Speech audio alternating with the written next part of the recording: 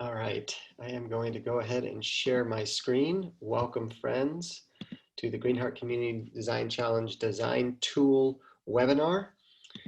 This one is on urban planning and transportation, specifically active transportation responses. And let me get my screen full, should help.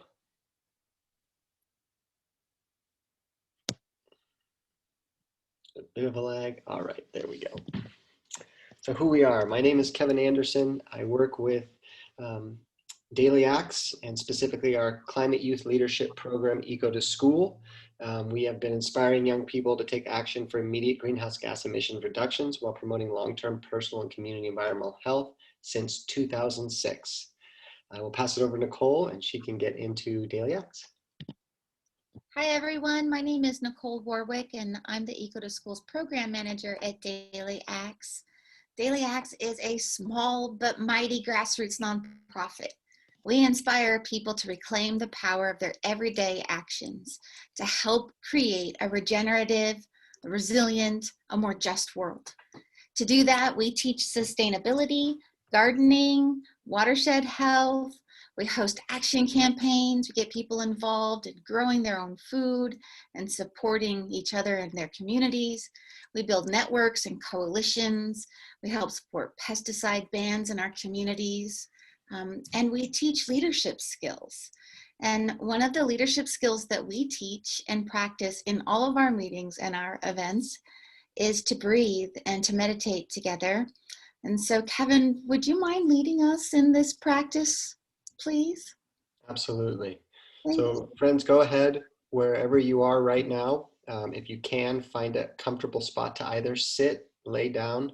Standing up is fine too, but we're going to just gently notice the effect of gravity on our body. So wherever you are, let's get still, and we're going to take a few breaths together. As you breathe in, you may want to say to yourself, here, and as you exhale and breathe out, now. You can say it silently, or if you're muted, you can of course say it out loud.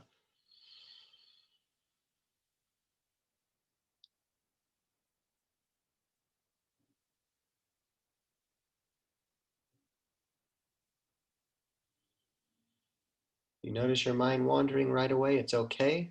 Just bring our awareness back to our breath. We'll take a couple more breaths together here. Remember, in through the nose, out through the mouth.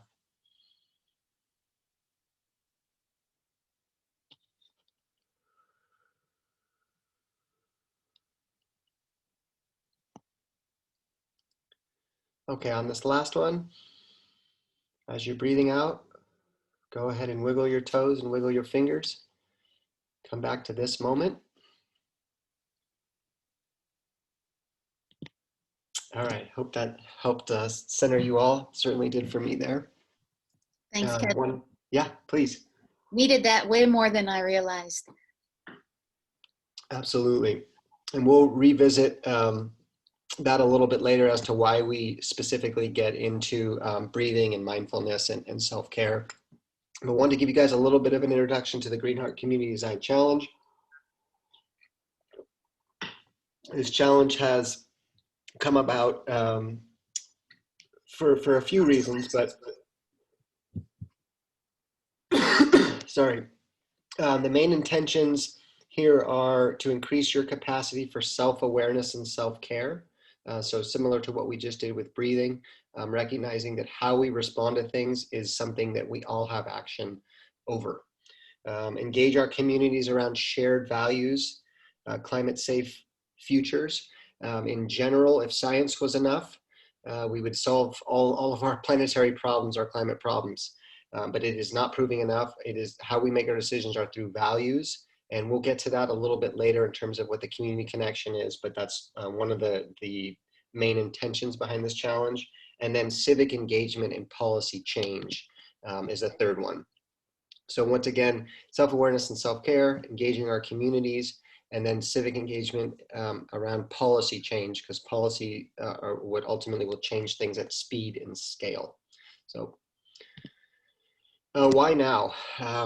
Both Nicole and I have been working with youth for decades, And what we've recognized with this community design challenge in general, our path as activists and mentors, facilitators, is that community planning in general is sorely lacking the youth perspective. It has never included the youth perspective with any authenticity or consistency.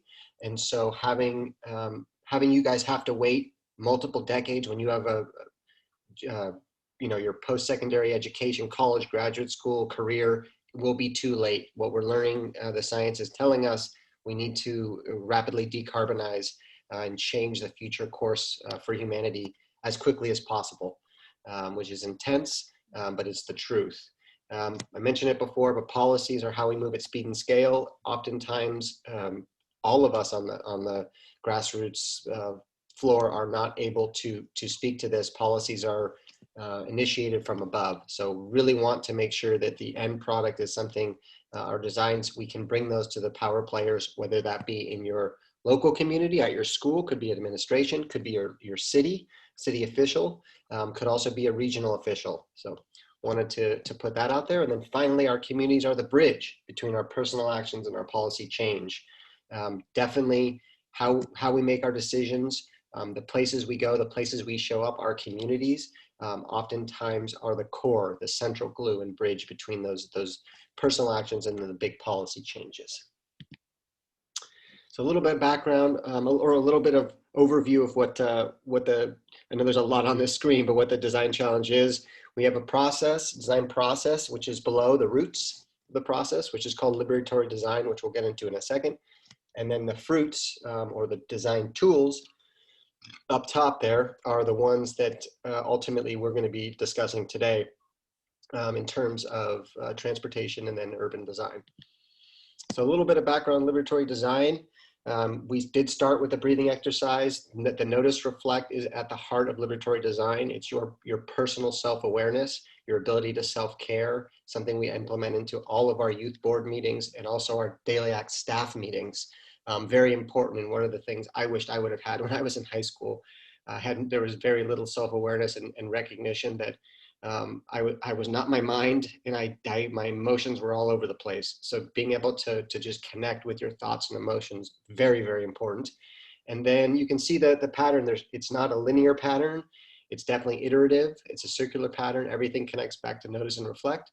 But the see the system and empathize are also very, very important in this note, both to recognize the power structures that are inherently guiding us or constricting us in certain places, and then also being able to empathize, because that's always going to be a way to find common ground. So once again, the design tools are tools that are meant to provide a climate safe, environmentally safe, and just a healthier, more socially connected future. And that's why we picked these specific design tools. And so we realize we are not non-biased here. We are definitely steering the direction in a certain one, but that is recognizing what the science demands of us right now.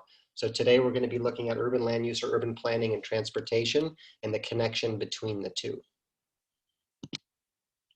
So overview for today, I'm going to try our best to stick to the time schedule. I appreciate you all showing up here on time. We're going to, of course, use the liberatory design process to guide us through this, to reinforce the process, but definitely are going to start with what we know already. You guys are already experts because you move about every day, albeit the pandemic has put a little bit of a different spin on moving about. But you know what I mean. You guys have been out in the streets in your community since you were born, and so your observations are just as important as anyone else's. So we already know more than we actually think we do. Then we're going to take a look at how we actually got here. Just some definitions and shared language to make sure we're all on the same page. And then the most exciting part for me, at least, and I'm sure Nicole can back that up too, but where we go from here. Design tools and your vision. Really, it comes down to your vision. Nicole and I are very, very excited to be able to see what your vision is, and frankly, we need it in society right now. The vision of our past few generations has not led us to a climate safe planet. So your vision is really what matters here. And we'll be looking at four main ones there: reimagining intersections, creative transit stops, tactical urbanism, and parklets, and we'll get into what each of those are in a bit. All right, so before we get started, I'm going to back out of this just to do a little icebreaker. I think we have enough people in the room, or not too many that we all can share. So give me a sec here. There's always a lag time. I'll stop sharing. But if you were a building, what kind of building would you be? And so I would love to be able to extend, if you guys can, to put your video on. There's never pressure there. This is not a requirement. We're all adults, but we would love to be able to see your faces. So once again, if you were a building, what kind of building would you be? And we could call on someone, or somebody can volunteer if you prefer. I'll go first. I would be a public housing building. Oh, and why? Sorry. I don't know, they look cool. And then Joaquin, did you want to call on somebody too? Aiden. I still need to put more thought into it. No worries at all, Aiden. We can come back to you if you'd like. You want to call on somebody? I'll let someone volunteer. I'll go. I would totally be an arcade, 100%. Not Chuck E. Cheese, but I would be an arcade. And Kason, that's so awesome. Would you call on somebody, please? Abby.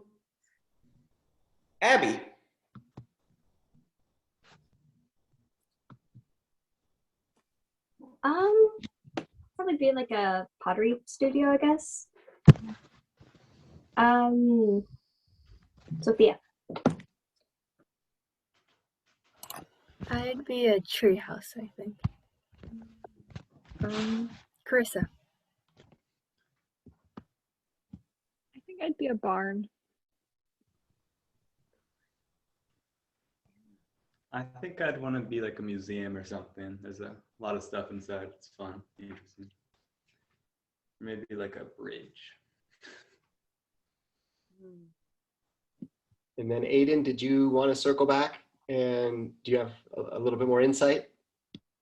Yeah, I think it'd be cool to be a ski resort. And Nicole, how about you? Would you like to share?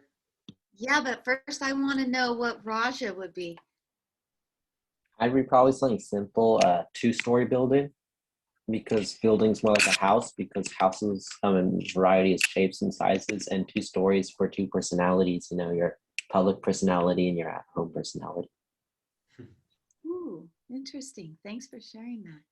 These are all so great. I'd be a library because clearly I have an affection for books. I like the quiet space.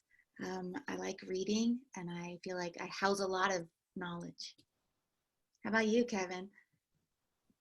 Oh man, I think we're building quite the city already.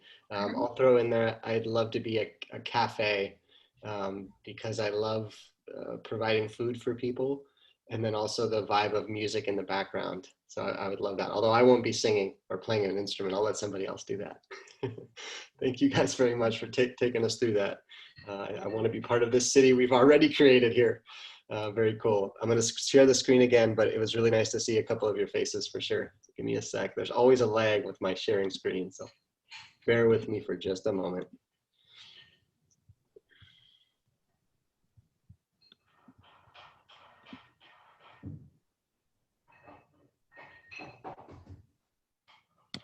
All right. So what do we know? I will punch these into the chat. I'm actually going to come back out so we can see you. But what do we know about our current urban design and transportation systems? Let me come back out. And Nicole, actually, if you wouldn't mind just punching those into the chat for some reason. I got you. Okay, perfect. And let me stop sharing here.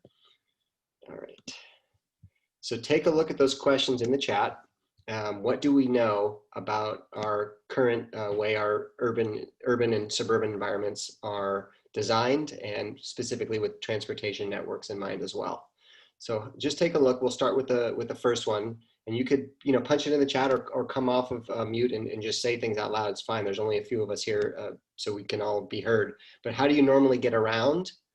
So let's start there. How do you guys normally get around right now? And I maybe include COVID, but also pre-COVID if it changes the answer a bit.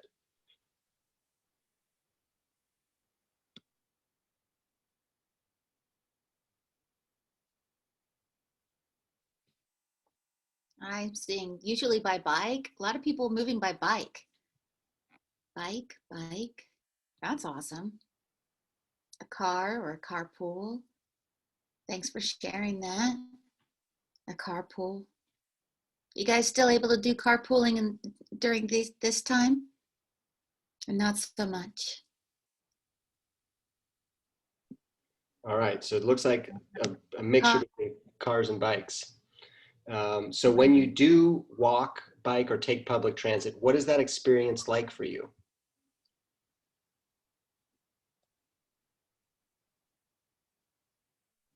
And also, are there places the places you mainly go, are they close together or far apart?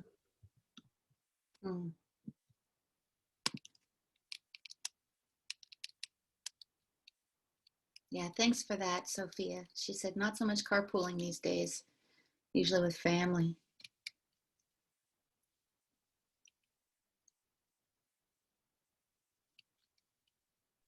Are the spaces, are your main locations, so it's, school, food, your main services you access, are they close together or is it further apart? Longer distances when you take transit, shorter and peaceful on bike rides, I'm seeing. Leo, lucky you, close by in Sebastopol.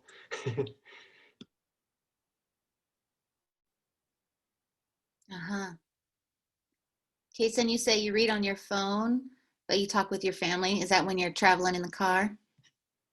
Yeah.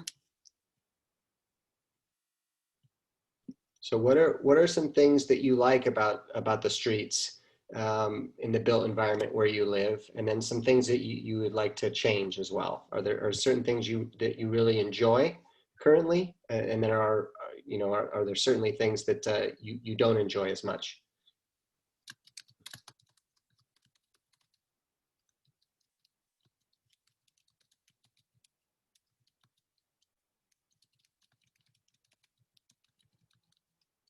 I'm seeing bike lanes are nice, bike paths make it easier to get around, probably safer. To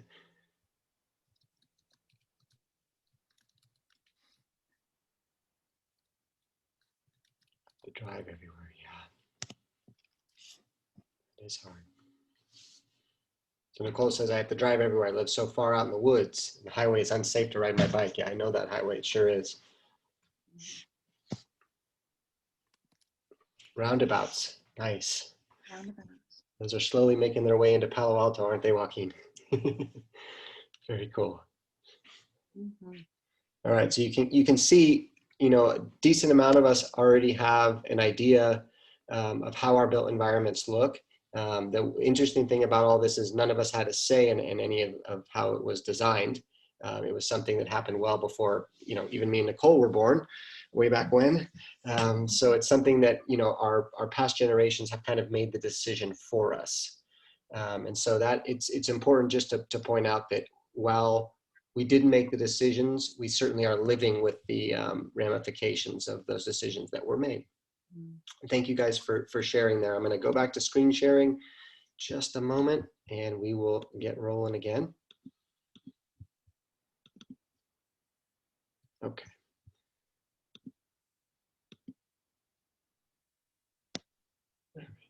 Lag here. All right.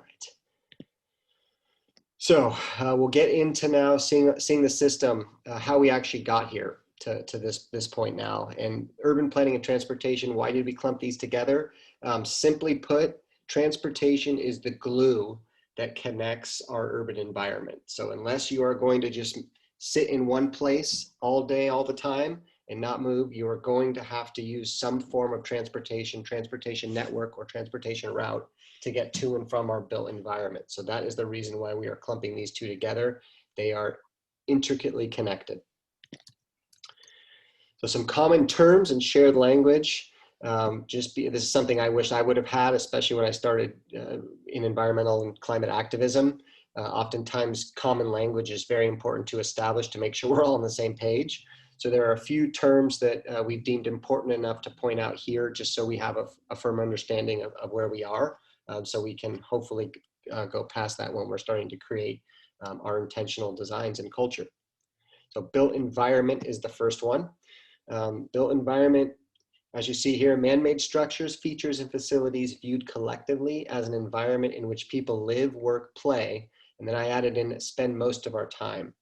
So we, as much as it would be amazing to be able to go to open space preserves and national, state and national parks all the time, the truth is that we are, the high majority of us spend the high majority of our time in the built environment. So sprawl, some of you are probably familiar with this term. It was very easy to find some images there. That's Southern California, specifically Los Angeles on the left. And then that parking lot, we're all very aware of. Majority of our built spaces have some form of large parking lots. So sprawl is the term, is the unrestricted growth in urban areas, suburban areas, and exurban areas, I'd add, of housing, commercial development, and roads over large expanses of land, with little or no concern for natural resource management, human health, and wellness.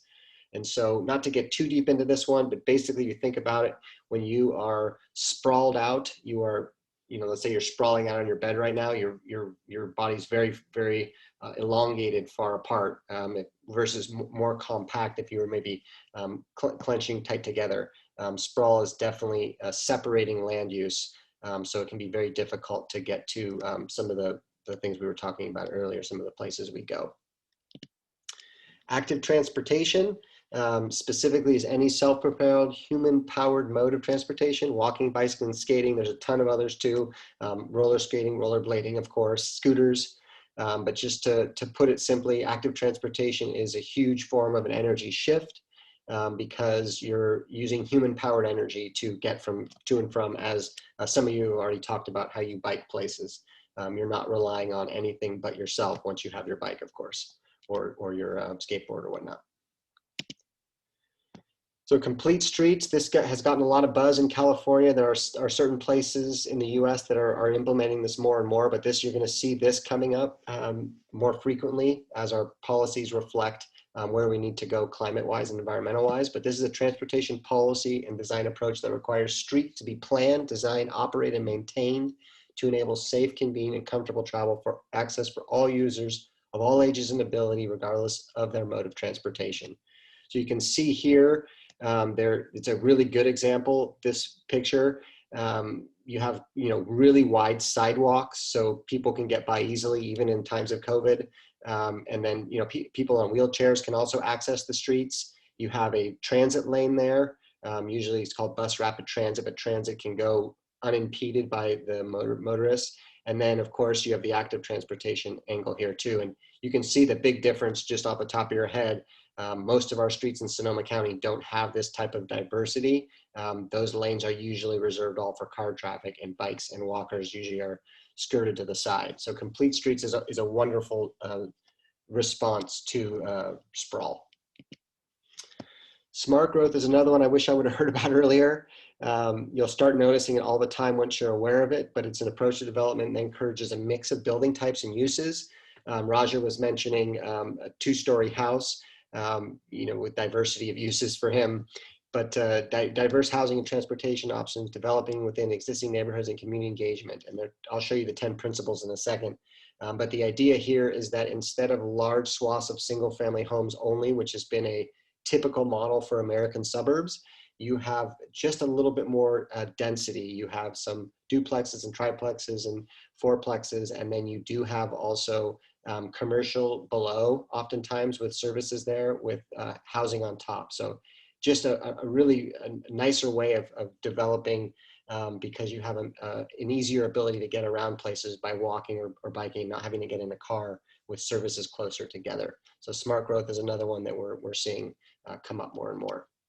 And here's the 10 quick principles. I thought I'd include those, even though it's a lot of words. You can see just mixed land uses, taking advantage of compact design, and create a range of housing and opportunities and choices, walkable neighborhoods, distinctive, attractive communities with a strong sense of place.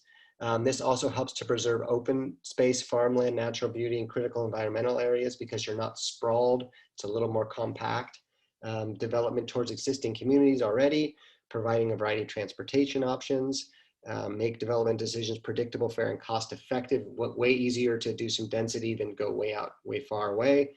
And then encourage community and stakeholder collaboration in development decisions, much like we are attempting to do here.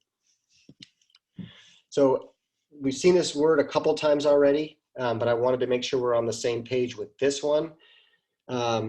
Just the word policy in general is something that I've learned more and more these last few years. I just was working at a place called the Climate Center before Daily Acts, and it really got underlined there. And that is policy is what is going to change things at speed and scale.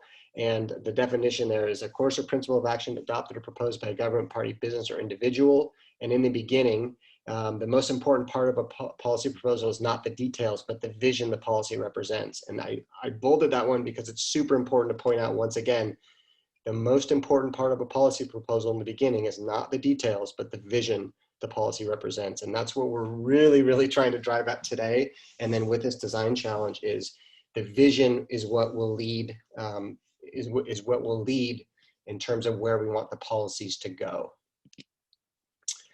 So most exciting part for me by far is where we can go. But before we do that, I would love if we could just get up after talking about all these sprawl and policy and all these things, if we could just get up for a second.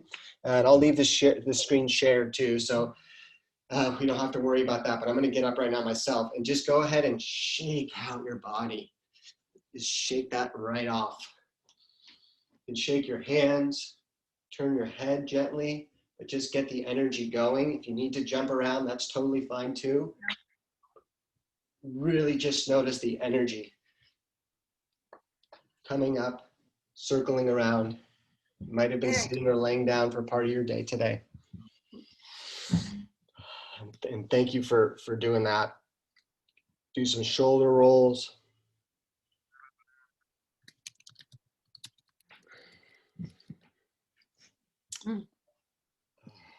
Hey, Kevin. Yeah. Kason asked a really great question. I wonder if before we move on, if he can ask it or ask his question aloud so the group hears it. And please. Would you mind, Kason? You're on mute. Sorry. I was asking would it be better resource and energy management wise if we switch to only public transportation, not like independent, like only trains, cars, cabs and buses? Fantastic question. In a nutshell, yes. It's a hard thing because, Kason, I think you all are aware of this at this point, just how tied to our individual identity the automobile has become. And so it is a tough one to tell somebody that we're going to only go public transportation just because the automobile in many ways represents Americana and just our like manifest destiny of being able to go wherever we want to go at any point. But just scientifically, yes. I mean, if you think about a train or a bus, the amount of space it takes up and also the amount of energy to move that many people, I should have a visual and I'll include it in on the resources when I follow up with you guys, but just the amount of space that it takes to move a large amount of people with a train or a bus, even bikes, so much less than individual cars, of which almost 70% of us drive our cars by ourselves. So yes, from a scientific perspective, Kason, it would be amazing. The difficulty though with that, at least in the very, very short-term future, is that our whole built environment is geared towards cars. So we would have to really quickly find a way to do what they call infill development. So just kind of changing things to make it more accessible. for public transit. But great question, and I would love if that happened. But if I'm going to really be honest here, I don't think it'll be in Nicole and I's lifetime. But with people like yourself, you never know. And the last thing I'll say is too, I do have a 4-year-old daughter, and one of my hopes is that she never has to drive. But we will see. Autonomous vehicles, I hear, are a ways away, and certainly our public transportation systems are as well. So, Great question. Thanks, Kason.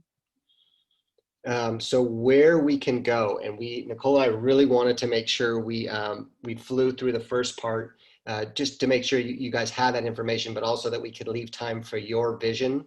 And so what I wanted to do is this. Before we get into this, does everyone have a writing utensil and some paper? Let's make sure you do, if you don't already, because we're going to start getting into some really fun exercises that are going to directly involve you and what your vision is, what you care about, what you would like to include in your future spaces for yourself and your communities. So I wasn't going to include this initially, but I thought it was very important. This word placemaking is something that I learned about fairly recently as well. I would have loved to learn about this as a high school student. And the Project for Public Spaces is the preeminent expert on this in general, but placemaking inspires people such as yourself to collectively reimagine and reinvent public spaces as the heart of every community. Strengthening the connection between people and the places they share, placemaking refers to a collaborative process by which we can shape our public realm in order to maximize shared value. And so this can be anything from a public square to a school, to even your neighborhood or your intersection, to large swaths of public space, police stations, fire stations, libraries, anywhere where you're sharing space. So these are the 4 we're going to look at today, where we can go. These are definitely that we will be linking all of this stuff up. We'll follow up with you, so don't worry about taking too many notes right now. And I really kept these image heavy to really spark imagination. But certainly reimagining intersections, creative transit stops, tackling urbanism, and parklets. I chose these specifically, and Nicole and I talked about this, because it is an amazing opportunity to show people what a future can look like pretty quickly, and not having to wait the 4 to 10 years, which most infrastructure changes take. I know, Leo, I've seen you riding around Sebastopol before. I've talked to you about that. We definitely, a great example is in Sebastopol, for those of you that are aware. Palo Alto, another great example. I know we have a couple people in Palo Alto, but you can see a lot of the intersection repairs they've done, a lot of the bike paths they've done have taken a long time. The Sebastopol green bike lanes, I want to say, took over 10 years, could have been 12, from vision to implementation. So we picked out these because these do not require that long. In fact, some of them could be instantaneous. And that's a really, really important bridge, once again, to showing people pretty quickly what the future could look like with just a reduced reliance on personal automobiles. So starting with reimagining intersections, I'd love you guys to just think about some intersections in your area, whether it be in front of your school, whether it be close to your house, and what it could look like. Now, features you can see in the bottom, the one on the left there, it's not just paint. There are also, this one has a lemonade stand right in front. All 4 corners are utilized with natural features. And so just really, really cool. These things happen. This one took a few years on the left, and then on the right, it took less time than that. They had to get the city involved, of course, but really, really exciting. Here's a couple others that I wanted to point out too. This one on the top left is in San Francisco. They did it during one of the climate strikes, but just beautiful, just strikingly beautiful. And across the board, as you can imagine, traffic slows down. This one on the, where is it? On the left actually was a 2-way, on the bottom left corner was a 2-way stop, but traffic started treating it as a 4-way stop without even really recognizing there wasn't 2 extra stop signs, just because it promoted looking around and slowing down, which is always a good thing. So just take a look at a couple of those, and then we're going to do a quick exercise here. Gosh, I would love to see you guys when we do this, but here's what I might do. Pull out here, and I want you guys to grab your sheet of paper, And I'll stop sharing so I can actually see your faces. So go ahead and look at Nicole really quickly. She's going to show you what, how we'd like you to model. I'm going to grab one myself, but we would love you to just do 4 different squares. And we're each going to draw, and we'll maybe start in one corner of your paper, draw a quick sketch on an intersection you would like to see, using some of those features, using paint, you just anything really. Do not get bogged down by the thought of the cost or the thought of the difficulty implementing. Let's reimagine an intersection we would like to see. It could be imagined, or it could be some in your tangible intangible world where you get to see. So we're going to just do that for 3.5 minutes.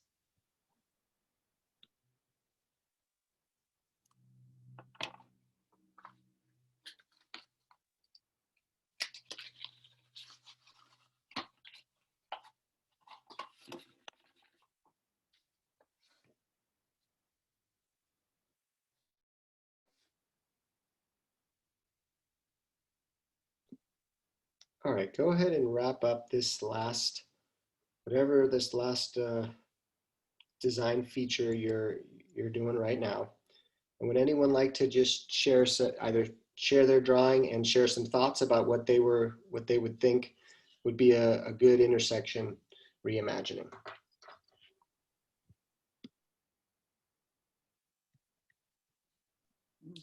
All right, I'm not going to show the drawing because it really doesn't explain anything. But my imagined for like a sidewalk would be like a bit more protection, kind of, because sidewalks most of the time on most streets, like San Francisco, are very open and really wouldn't stop a car from, say, like flopping down right on top of it. And I don't want anything to do anything like super expensive, but I would like maybe like a couple posts, maybe like around some points on the sidewalks to like help protect, block cars, something the like. Thanks for sharing. We could paint those bollards too, right? Does we want one more person share? We'll have time for everyone to have a chance at some point over these next 4 exercises. But does somebody else want to share? I can go. I didn't get to draw much, but here, let me get somewhere with a bit more light.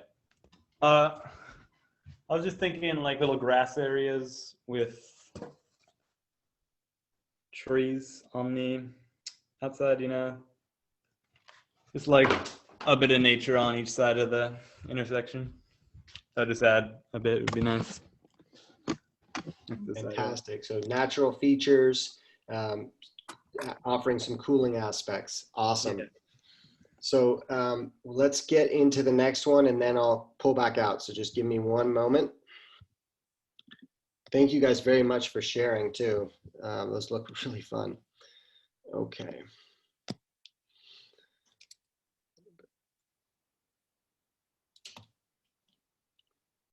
All right, creative transit stops. So these are some of my favorite. I've only seen a couple though in my life, honestly, that have been really, really, really exciting. Usually in Sonoma County has countless transit stops that are barely even marked, let alone a structure like this that's green and aesthetically pleasing.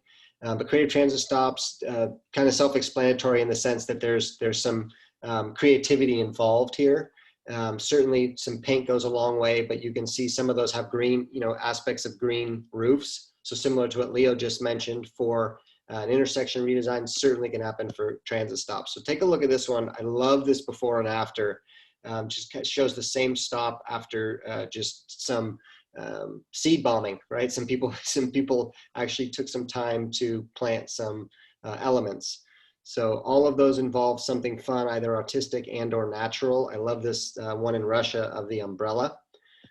So what I'll do is I'll go ahead and stop sharing again, but let's take another couple minutes and just design a transit stop.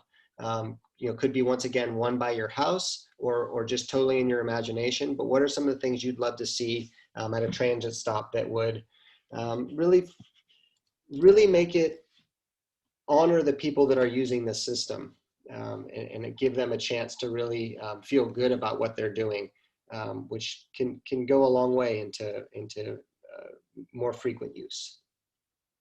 Take a couple minutes and let's make a creative public transit, some features that you'd love to see.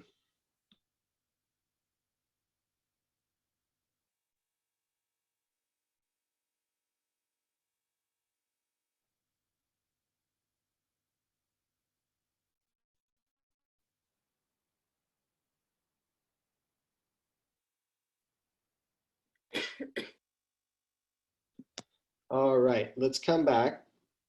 That one was extra fun for me. I don't know about you guys.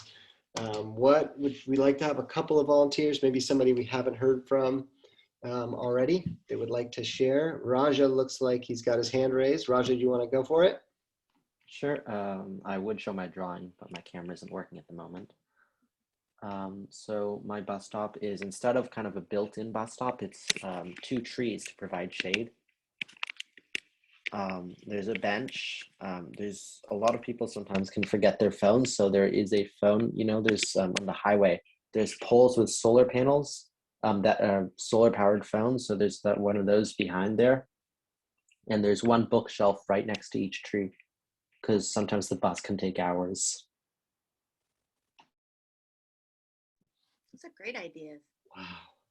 I like the solar charging thing. That's very clever. Anyone else? Great ideas, Raja, by the way, connecting natural. Marissa. I wanted to add to the book idea, and I think it would be cool to have a lending library so people could exchange books and read while they wait. Mm-hmm. Awesome. And Abby, you had your hand up too.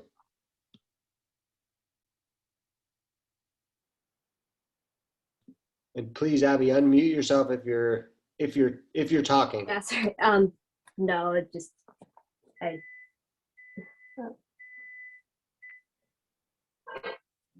yeah, just kind of this one kind of like a little like shelter thing.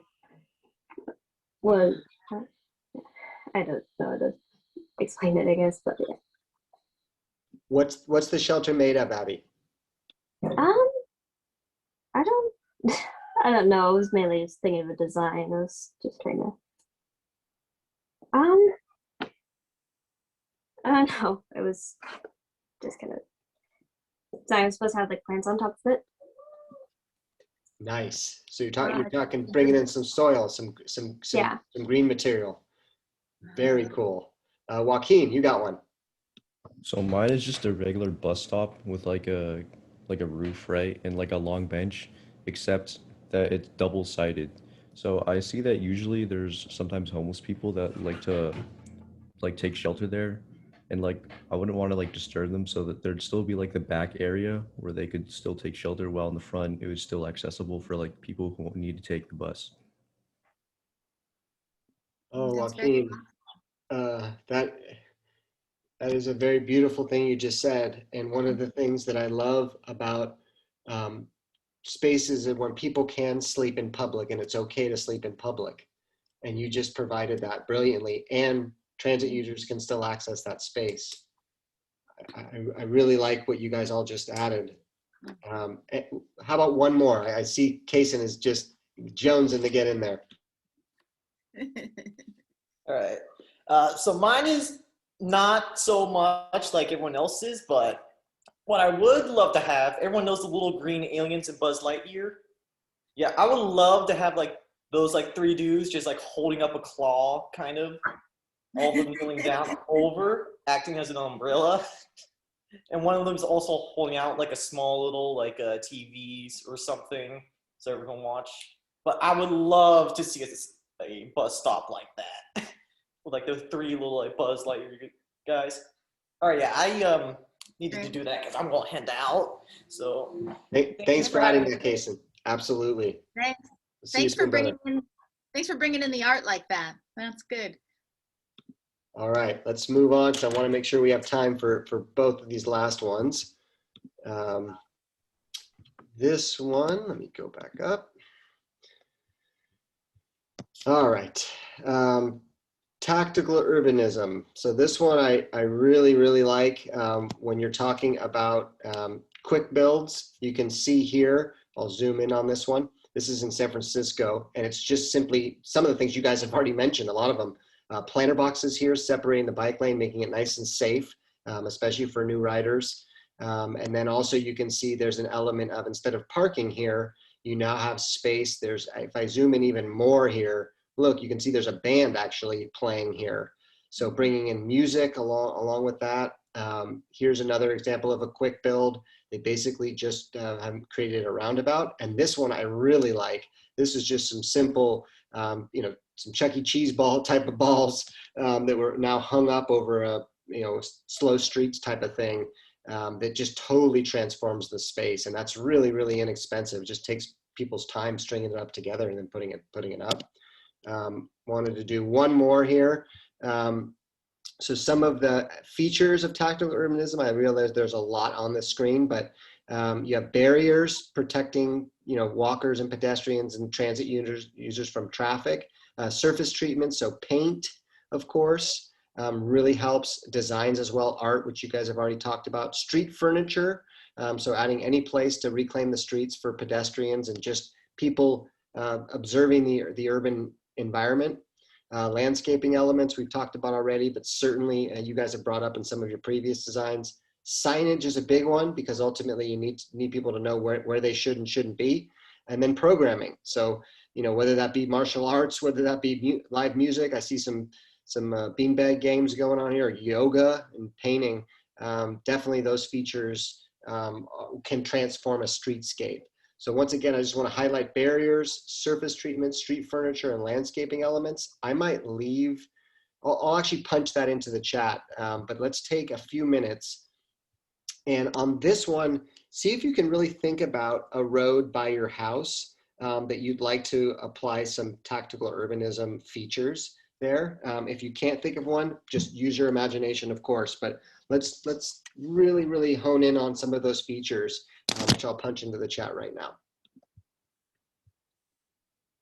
And redesign some type of street for human activity. All right, let's come back together, group. Anybody want to share the application of tactical urbanism features?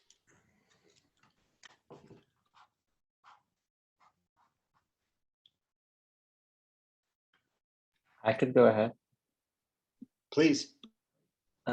Sophia, did you want to go? Sorry. You go first. Okay.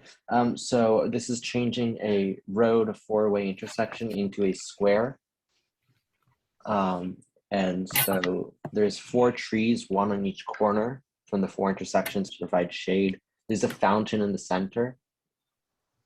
There's live music around the fountain, and there's 2 restaurants, one on each corner, and to provide both shade and food during the entertainment.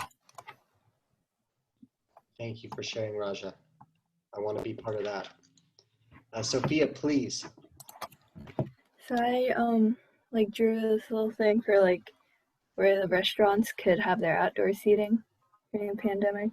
So like the sidewalk would be here and the road would be behind that little barrier. Thank you for sharing, Sophia. It's one of my favorite things about what's happening right now is that restaurants are being forced to use outdoor space, which I love. I hope it stays with us after the pandemic. Let's see. We have time for one more, please. All right, so it's just some outdoor seating you could have near just somewhere where it's not too close to the street. It's just a couple seats. This is one of those heater things if you've been at outdoor seating in restaurants. I thought of this when I was just out at night at one time with some friends and a restaurant left one on. It was really nice. And this is lighting. Those are the things like the wires with lights on them. So I think it would just be nice somewhere to hang out when it's maybe a bit darker and colder. Maybe you don't have jackets, you don't have warm stuff. So yeah, just some nice outdoor seating it can be warm and lighter. We have quite a lot of urban planners here, Nicole. All these ideas are just fantastic. All right, we have one more to get to, and I really want to do it too because it's going to implement all the others that you guys just did. And so these are parklets. I'm sure some of you have already seen these. But parklets are basically reclaiming space once again for people. There's a common theme here, but specifically taking away a parking spot and then making it accessible to the public. Now I know parklets, there are a few rules about parklets. They have to be ADA compatible, meaning somebody with a wheelchair can get in and out. And then any age as well should be able to access that.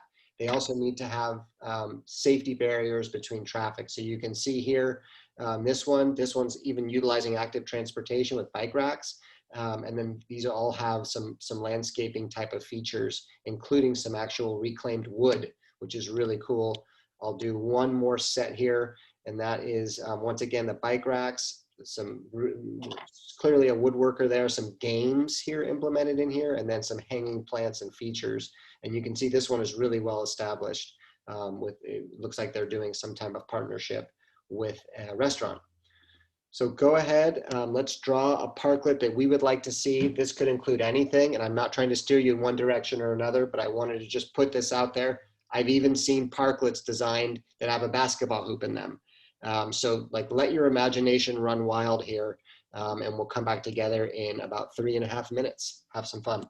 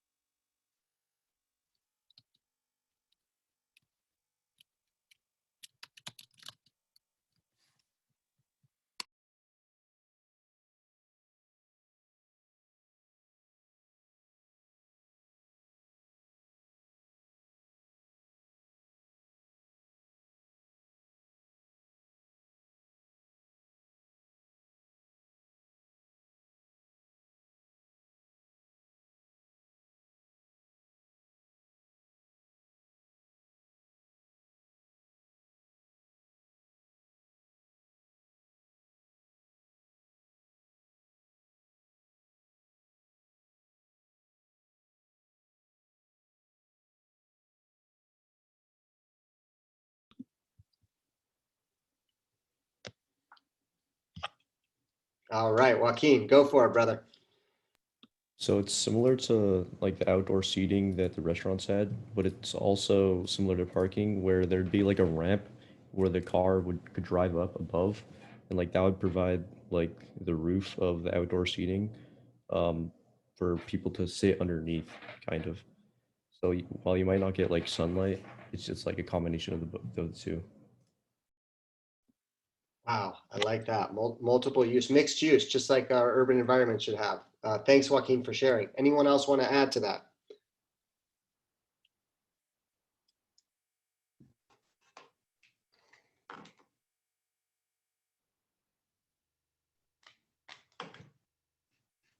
Still writing, still drawing. Nicole, do you want to share a little part of yours?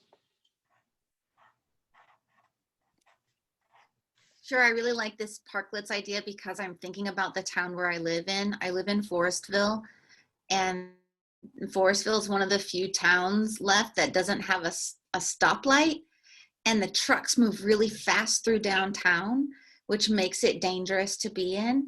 And so I was imagining a way to bring in different features that would slow people down naturally, like big wind sculptures and things that might even harness the wind that it's coming off the cars moving through town, but enough so that it captures attention and slows people down. And then I like these parklet ideas of like having the outdoor seating and lifting up the local businesses that are there.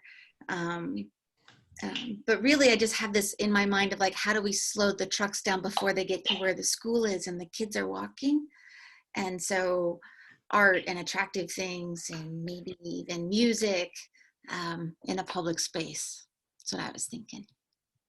Well, thanks for sharing. So I would definitely like to pass it over to you, and welcome Sunny, of course. Glad you can make it. Pass it over to you, Nicole, for a little bit more of a visualization process here. And Nicole, would you like me to share the slide, or are we good just to stay in the group circle here? So No, yeah, let's stay here. Thanks, Kevin. Yeah. And hi, Sunny. It's good to see you. So you guys, I have 3 that are done, but I'm imagining you have a collection of images now that you've created that touch in on these 4 different aspects that Kevin spoke to. You know, reimagining intersections, creative transit stops, the tactical urbanism, and the use of parklets to bring communities back into outdoor common space. So now I want to invite you to either turn that paper over or use a fresh one if you can, and draw something that applies these ideas in a way that, you remember when we started our conversation, we introduced ourselves by what kind of building we would be if we were a building? Thinking about that, thinking about the buildings and all the things that we are co-creating together, all the different things that got mentioned. And if you want me to reflect back, we have a public housing, we have a barn, we have an arcade, we have a museum and a bridge, we have a ski resort and a pottery studio, we have a cafe, we have a library, we have tree houses, we have 2-story homes. What can you imagine? How do these things come together in a way that taps all those creative ideas and genius that you just shared with us about what you want in these places? So we're going to take, maybe about 10 minutes and just draw, pull it all together, synthesize all the ideas. Nothing is too far-fetched or outside the box. It could be real, it could be imagined, it could be like I did. I kind of localized mine to where I live. Do whatever you're being called to do, and then we'll check in and share when we're done. Any questions? All right, let's get to it. You can just popcorn around.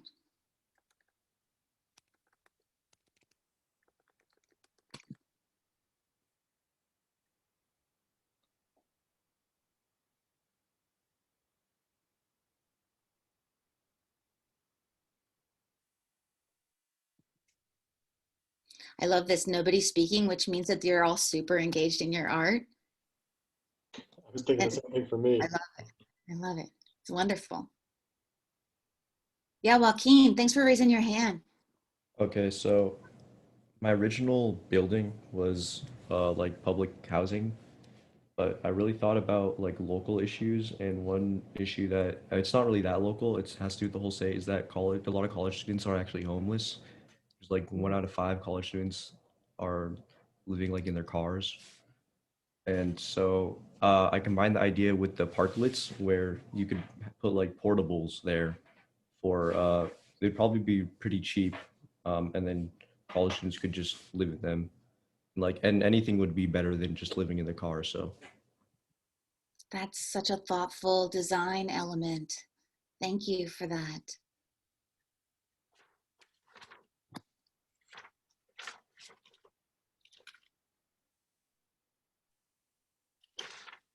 Who else? What else can we bring into this beautiful world we're co-creating?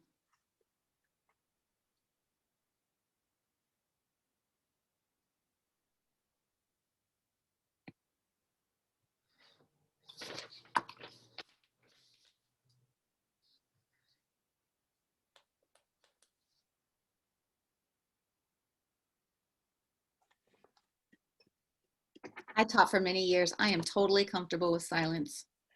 Somebody will speak. I'm comfortable with calling on people. I know a lot of these wonderful students, and they're so awesome. Do you mind if I call on a few people? Oh, Sunny Tag, you're it. Go for it, girl. Okay. Let's see. Maybe I'll call on Sophia. What are you thinking, Sophia? Right now I'm just drawing like a museum that's like a treehouse that's also like a nature observatory. Wow. Can you hold it up to the camera? Wow. Cool. That incorporates a lot of different elements. Very cool. And how about Carissa? What are you thinking?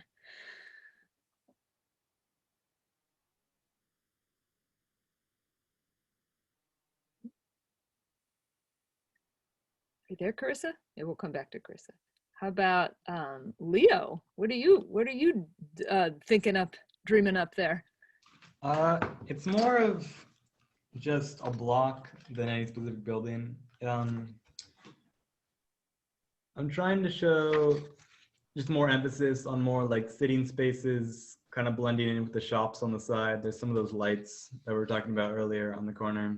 Would just be nice to have some vegetation, some seating, just like a nice wide sidewalk area that a lot of people can go down. And there's a living roof there just for fun. Nice. All too. Thanks.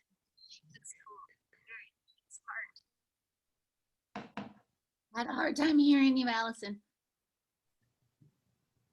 Did anybody catch that? I don't think so. I didn't realize it was so quiet. I'll be quiet. Abby, what are you thinking? I was just thinking about like a little park space. I live in Petaluma, and there's kind of like this little place downtown that they can't really put anything there because it used to be like a gas station. But I was always kind of thinking like, what can we do with that? So kind of, I was thinking. Kind of like a little space. Yeah, I'm seeing outdoor seating and you've greened it up. Looks like there's food growing. Thank you. I appreciate the way that some of you are thinking of community needs, like the housing issue, and then also like the what can we do with this thing that is just sitting there, and innovating new ideas for old spaces. That's really awesome. How about Raja? We haven't heard your ideas yet. Well, I've modified all of my ideas a bit. My video's not working still, so I changed my two-story building into a shelter.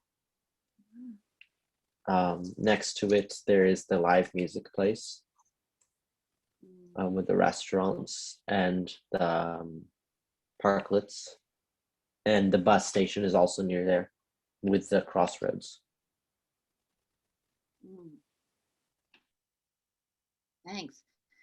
I like how you named that you're refining your process as you're going, that you said you changed it up a little bit.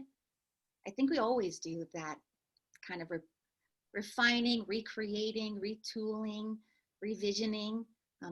That's what we're doing right now in the big picture, right? We've inherited designs, we've inherited built structures and designs, and we're currently revisioning them, recreating them, thinking of them differently. Who else wants to share? Who haven't we heard from yet?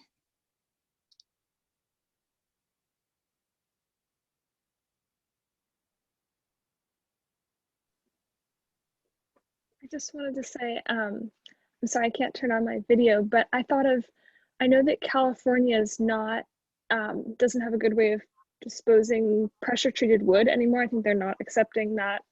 And so that would be a good, if we could find something to do with that, that would be a really good use for it. Yeah. Thank you for mentioning that. Yeah, that's really thoughtful. I like the way that you're repurposing something that would be toxic if it went straight into the landfill, and finding creative workarounds to repurpose it. Thank you. Yeah, I think that would be really cool. Yeah, thank you. All right, I know that we're never going to be done with this creating process, but for today, we're going to find a stopping place. As we do, I want to invite in a collective reimagining. So I'm going to reflect back to you some of what I've heard you share out about your ideas. And if you want, just imagine what it might be like when all of our ideas come together in this way. So we are already a very many beautiful buildings of various size, purpose, location. We have modular housing for college students that keeps them safe and warm while they're learning. We have museum, tree house, nature observatories. We're mindful of how things are being used and we're repurposing them so that they're not going into our landfills. We have outdoor seating that's illuminated at night, that keeps us warm, brings us together. There's wide sidewalks and living roofs and little parklets, shelters. Our streets are protected and safe from the cars that still travel on them. We have clever and creative bus stops. We have crossroads and music and food and culture and color and beauty. This is a world I want to live in, and I want to thank you for bringing these ideas to fruition here. And I want to pass it back to Kevin so that he can follow up and share some resources for you guys for next steps in the design process. Thank you, Nicole, very much. That was beautiful.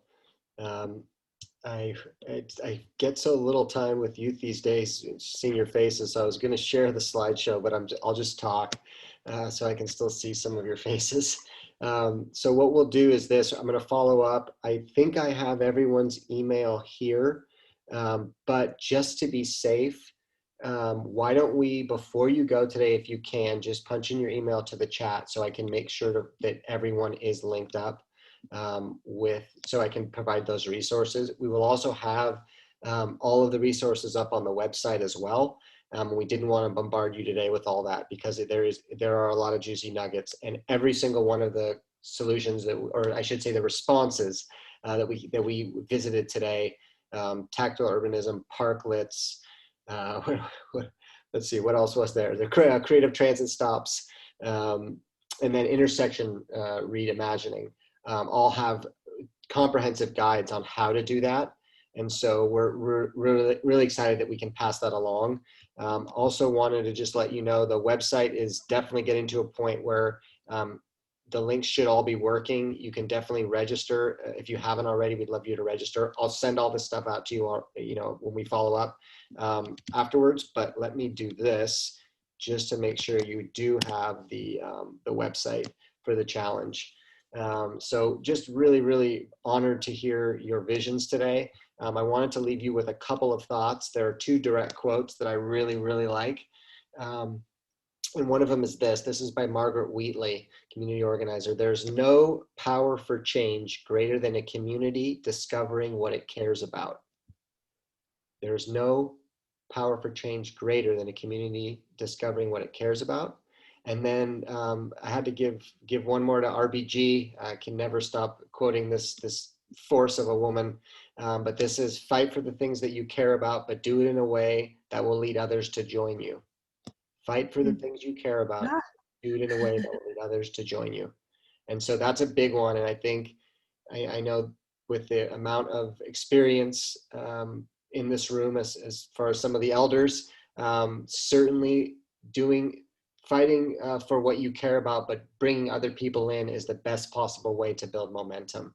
Hasn't always been something that I've seen in the environmental movement, but I think we're finally getting a little better at that. So definitely bring in others, because ultimately that community, what we can build together is far greater than what we can do by ourselves. And certainly you guys are all testament to that today. Just spectacular. You make me want to be in the world that you've created, and it all starts with an idea. So looking forward to catching up with you guys. I will follow up with you at the very latest by tomorrow afternoon. every one of you guys. And thank you so much. Before we leave, how about one word to describe where you're at right now? And I'll start. Hopeful. Abby. I don't know. Tired.